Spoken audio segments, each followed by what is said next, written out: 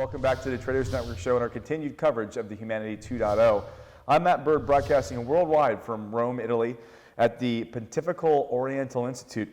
And my next guest is Gresko. He is the professor of moral theology at the Ponitifical Anteneo, St. Anselmo. Perfect. Is that right? It is. I got it all right. Absolutely. Wow, and both of them. Get it Listen, all. Gregory, thanks, Father. Wonderful. Sorry, Father Gregory. Okay. Thanks so much for joining us. You know, we had a few minutes to chat yesterday during the event and the festivities, before and afterwards. You know, I was outside for most of it. You were floating around inside. You caught a lot of the content, if not all of it. There was a lot of amazing thought leaders. There's a lot of amazing ideas. There was from ethics to morality to innovation, an area that I found very interesting and what I've gotten a lot of feedback on. It was the business and ethics panel. And what was interesting to me, and I've heard this from numerous guests, there was different perspectives on what business and ethics is. Some thought it was climate control, some thought it was sustainability, some thought it was corporate social responsibility, and it went across the board. It must be an interesting thing for you as a professor of moral theology, because this really gets down to moral being at some level, and businesses operating morally, ethically. What was your take on it? Is it one thing, or is it all things? You know, there is one truth. And the truth, that's what we're trying to get to. It's like, what is that fundamental truth that can unite everybody in common? But it's vital to hear the diverse opinions and the various experiences, because everybody's coming in with different human experience. Every person has his or her own history and her own personal interaction with the personal cultural dynamic, a personal upbringing that they're bringing in to their work experience. And so it's vital for us to listen to the diversity of opinions and perspectives, not just opinions, which they're choosing to believe this or that, but the experiences that are forming who they are, that make them who they are in the workplace and as decision makers ultimately. And so in anthropology, this is a fascinating aspect of our work, is that we have to look at the human experience.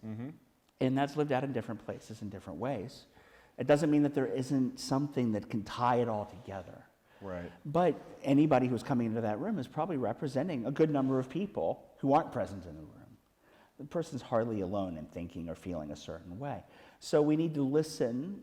It doesn't mean we always have to agree, but part of dialogue is listening and being able to respond, not react, but to engage in a dialogue and exchange back and forth so we can come to an understanding of what the key issues are. We may not be able to solve everything, but we can find and distill exactly what the core issues are that really will apply to the vast majority of societies that are out there. You know, I don't mean to cut you off, but I as I hear you talk about this, and I reflect back on other feedback, I can't help but feel that it isn't that they necessarily disagree. So I'm coming back to my own comment. I think that they would think is what is the most urgent that needs to be done, and it's not that one is wrong or either, one's right or one's wrong, but maybe it is they believe that the climate control issue is the most critical to be solved, and therefore this is what we should go down, like simpatica or corporate social responsibility. If you're looking down at the Google side of things, or what have you. So, what do you think about that? Ultimately, I think the next question I would have to ask any of them, whether I would agree or not, would be, why do you think this is the top priority? And get to the underlying issues. Get to the underlying, maybe a question's hiding another question's hiding another question. Right. And really drill deeply into, okay, maybe the climate control seems to be the big issue, but maybe there's something even more fundamental. There's maybe a fear of being eradicated, a fear of our livelihood being able to continue. And okay, so we can look at that as part of the human condition that's under threat and go, okay, are there other aspects where that fear may be in common with other aspects of technology and industry, so we can address the fear? And so ultimately, in Christian anthropology, what we're looking at is what is good for the human person. The technology can't be the end goal. We're not doing technology for technology's sake. Technology is an instrument of a human being who is always bigger, who is always of dignity in the Judeo-Christian context of being created in the image and likeness of God. Technology is not created in the image and likeness of God. Technology is always going to be a thing. But the danger as technology accelerates in its development at almost warp speed, and man is reflecting less and less on the impacts of that technology and whether a technology should be developed or should be implemented. Not whether it can be or it can't be, but whether it should be. And what human beings should be doing and what human beings should not give to a machine to do. Then that's where we start getting into the questions of, is this good for the human being? And if it's not good for human beings, it's not good for the common good for society. And so we can never put the human being at risk of being reduced to a thing.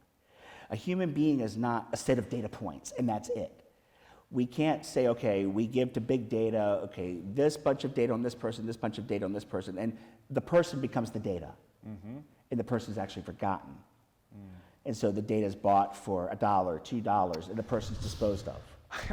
Isn't that what capital markets do? That's the danger of capital markets, is to forget the humanity of the human being.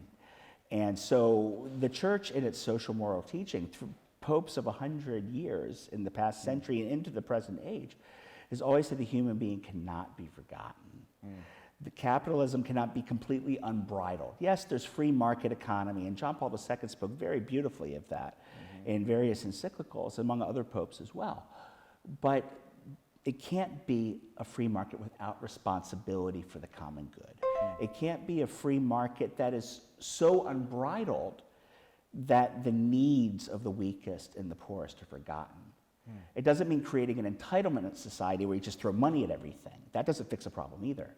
But how do we create structures that lead for nobody to be left behind, that help everybody to move forward, and so that when there's a legitimate capitalism that's at play, everybody's being considered. The good of all is seeking to be promoted. That everybody's lifted up. Nobody's being pushed down so that certain few can be lifted up. And if that's not considered, that's where you start to see some revolts among people. You start to see people getting very angry. I've been left out. I've been forgotten. Well, we're certainly seeing that now, and the tools to communicate that message are worldwide. And, social media has proliferated a number of different narratives and messaging, and it allows people to find other people who believe the same thing, which didn't quite exist even 10 years ago. Bringing it back to Humanity 2.0, I believe it could be a very effective integrative launching pad. Absolutely. For your efforts, for big business, and for social change, if it's done right.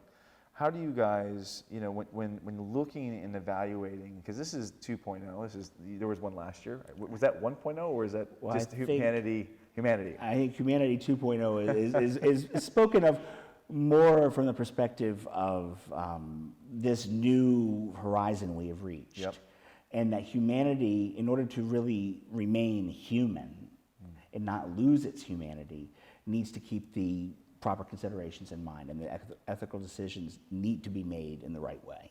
Do you think what are your hopes as far as Humanity 2.0 as a launching pad? Well, I think it's got tremendous potential, and that what we saw yesterday, for example, is that it brought all sorts of people together. It did. It brought thought leaders together. It brought decision makers together. It brought educators together. The president of Malta. It brought government leaders together. Right. And these are the people who should be talking to each other. There should be open dialogue. There should be an exchange of ideas. This is what really collaboration is all about. This is ultimately what dialogue is about, that through the word dialogos, that there is a true exchange of ideas, that there is a real cooperating, and that it's through that working together that we can reach a better good, and we can come to an understanding of what truly is good, what's authentically good, St. Thomas Aquinas would say. What seems to be good, an apparent good, may not be able to deliver on its promise of happiness that it says. And so a lot of things in technology may seem good on the surface, but if we don't step back and have reflection, bring in the philosophers, bring in the ethicists. Not to say we have all the answers, but we are skilled a bit in kind of asking some questions that would help to promote the dialogue, to be able to help everybody come to the right answers. So what are some things that bring us all in common, even though they're going to be different ethical systems? The human being is important. The human being should not be instrumentalized and reduced to a thing to be used. Versus the thing itself being used. Right. Like this piece of technology. That's right. Yeah, it's interesting. You know, we've actually grown to a point where the technology runs without our direction. It's been algorithms been put in place, and it does it autonomously. Versus we've got analog technology like this, which we use, and we're in control of the output. Hey, as AI, and this is a big topic, and I don't want to get off, but I really like where this conversation is going. As AI begins to emerge, and it's a topic worldwide right now, we got privacy issues, we've got data mining issues, we've got big data, and all the things that go with the whole bag of cats. Where's the church's stance on this? Well, I think ultimately where the church is going to come in is always in defending the dignity of the human person created in the image and likeness of God. So image of God means he looks like God, or she looks like God, and the likeness of God means acts like God. And so what does it mean to act like God? If we say God is love, then human beings are called to act like God by loving each other. Love God and love neighbor. And that if we don't love God, we're not going to be able to love our neighbor well. If we're not loving our neighbor, Jesus says in the Christian context, we're not loving God. Whoever we love the least may be how we love God the most. Well, that's interesting. And so we have a responsibility that's incumbent to that love. A love that is not responsible to the other and for the other is not real love. And so that is what brings solidarity to the human race. Is that we are united as brothers and sisters, as humans, even if we're different creeds. I still have a responsibility to love as God loves each of the people I encounter. And that's one of the dangers of technology. If technology is becoming the end in itself and humans are instrumentalized, humans become reduced to being things. The idea of an encounter gets lost. Human experience is not brought into the consideration the way it needs to be. That's one thing, artificial intelligence. I have to say that in quotes because I really don't believe there is such a thing as artificial intelligence. I believe they're complex, compound algorithms. But intelligence is human. Yeah. An algorithm's not human. Now, it's an instrument that can do a tremendous amount of good. It can do things at warp speed faster than we can. And so the question becomes, what should algorithms be given to do, and what things should they not be given to do? What things should be left to humans? If you have an algorithm making a decision in divorce court, who's going to have the kids, the mom or the dad? Wow. I don't want AI to make that decision. We need a human being who can consider human experience. Right. That's just one example of where algorithms really shouldn't go in the church's opinion. Yeah, I see the slippery slope that you're. Yeah, it's not that algorithms couldn't propose something and say, well, based on all the data, this. It's almost like having Spock in the room. Right. You know? Spock says this. Okay, now all of human history says, boom, boom, based on all these experiences. But now you have to consider the circumstances and the situation here and make the decision. And to make that point a little more relevant, Spock also wasn't human. Right. Yes, exactly. So one thing AI cannot do is make a moral decision. Human beings make moral decisions because only human beings are persons, integrated bodies and souls. As much as we can create something, we don't really create bodies that we give life to. We participate in that creative process, but there are many people trying to have a child who can't have a child, no matter how much they try. So there's something beyond us that involves the generation of life, even if we're participants in the process. And this is a vital point when it comes to understanding what it means to be human, that we are beings that have a certain level of transcendence about us. We're mental, physical, emotional, and spiritual.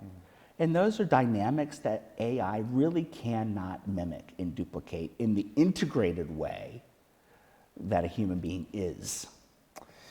Father, listen, we've only got a few minutes left. Sure. What I'd like to do is for you to take us out with something that help make us better people and understand what it is we're getting into in this next evolution, or we'll call it the industrial revolution of technology. I know you have a few things that you want to get out, so why don't you leave it with you? Well, no, I appreciate that. I think first and foremost, we have to remember that in any decision, when we're looking at technology and its impacts, we have to look at the individual and what's reflective of the dignity of the human person. If a technology is being implemented that does not respect the dignity of the human person, it shouldn't be implemented. And it's a fundamental ethical decision point for any company. If this is violating the dignity of the human person, we should not move it forward. And so there's also the next level of how does this impact relationships? Because we're not living isolated. Now, many times technology leads us to be isolated. You have people who are glued to their computers and don't go outside for hours and hours and hours in a day, and they never see another human being. And they're living in virtual relationships, which really, when you get to the bottom of it, are not authentically true, fully communal relationships that are encounter relationships. It's easy to hide behind an avatar. It's easy to hide behind a comment thread and change your identity online and fake this and fake that. But authentic human encounter, that's something that has to be experienced face to face. And human beings, when they lose that, they lose a certain part of their humanity. And so if a technology is going to put that at risk, measures need to be taken to safeguard from that risk. To your point, I know right now there's a big debate going on regarding reputation and trust in online marketplaces. Sure. It's a big concern because we have rating systems that will give an individual a 4-star or 5-star rating based upon a short period of time of their life and based upon the interaction they have with that platform. And we make decisions whether we want that person to come into our home, eliminating the human interaction process, whether that feels right or not. And that's also making a very rash judgment call of a person. A person is worth a certain number of stars, is reducing the person to a product. And that's a very dangerous place to go, because what if you see a person who's got 2,000 reviews and my average is a 1.2? That person has very low self-esteem at that point and goes, well, if I'm going to base my life identity on that, why don't I off myself? Because I'm not worth anything to the vast majority of people who are seeing me. And that, of course, can then be corrupted and manipulated online. You get somebody in there who is more maleficent, and that is going to be a big risk there. But certainly, already the question of rating a human being based on limited human experiences, first of all, this is where Pope Francis says, who am I to judge? So there involves a certain judgment call on a person as a thing, as a product. That already is problematic. That would be different to say this person's services in this particular sector, we rate this person's delivery of services this way. That's very different, because that's looking at an element of a thing that's provided by the person, but not matching the person's identity with that thing. And that's a refined difference that I think is a very important one anthropologically. I don't want to go, I know we're going down a different topic, but this is so interesting, and I just happen to be privy to kind of what's happening on this side of things on the regulatory side. There's another side of the coin, which is that people can hide behind those ratings and do things because they have inflated a rating and find and infiltrate, homes and those sorts of things. Because they've established a layer of trust that doesn't really exist. That's right. They become actors who can hide behind a persona that they've created, a digital persona, a ratings persona, but then behind the scenes, if you really knew this person in this relationship, or if you really knew this person in the family dynamic, it'd be very different than what the rating is online. It ultimately leads people to live a bifurcated life, or a life that's almost like two-faced. Or multiple-faced. Or allow them facilitate, the technology facilitates. Living in a virtual state versus a real state. Or to do negative things. Exactly.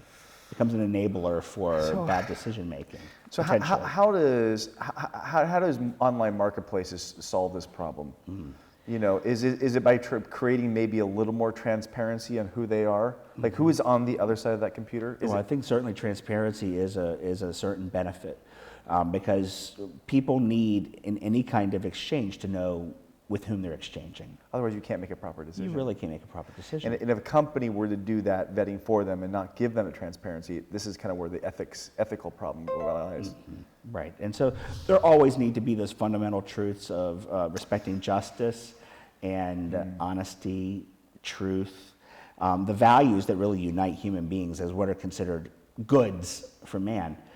And that if at a social level the technology is, well, certainly violating the human person personally. It strips away the humanity. I mean, so, there's a couple different ways of looking at it, but I can tell you, there's debate right now on current rating systems and transparency, and everything going with privacy is becoming a bit of an issue because those laws were rewritten today. They'd look much different. Absolutely. Than they were 20, 30 years ago. We see what's happening in Europe just in the past couple of years with the privacy of the GDPR, which is probably the more advanced of the privacy laws out there right now. It is. It's much more advanced. But at the same time, as that stuff's happening, the same people that those laws are trying to protect, the individuals are freely giving their data away. Right. So then we start getting to who's on the other side of that computer, right. Who's on the other side of that rating. Then we start getting into potentially a conflict. And this has been really interesting. I think if anything, I think the moral aspect of whether it strips away humanity, does the fundamental piece of that technology strip away humanity? Right. And I think as a baseline, that's a pretty interesting. I got to tell you, that's fairly solid. I mean, at least from where I come, and I'm a technologist. I don't know if the word I should use is solid, but I find that that's an interesting way of looking at it. And hopefully that will be a way that any culture coming to the debate would be able to come to that and say, well, that is a fundamental value that we are human too, and to be able to defend that. If you force me to make a decision by that rating, you're stripping away my ability to figure out who that person is to make a human decision based upon what's good for me. Right. Wow. That actually solves, that answers a debate that's going on right now. And I appreciate it. Bringing this full circle to Humanity 2.0. Sure. We moved into the next segment. They have some amazing things and initiatives that are in the pipeline right now. Matthew is an incredible individual. Absolutely.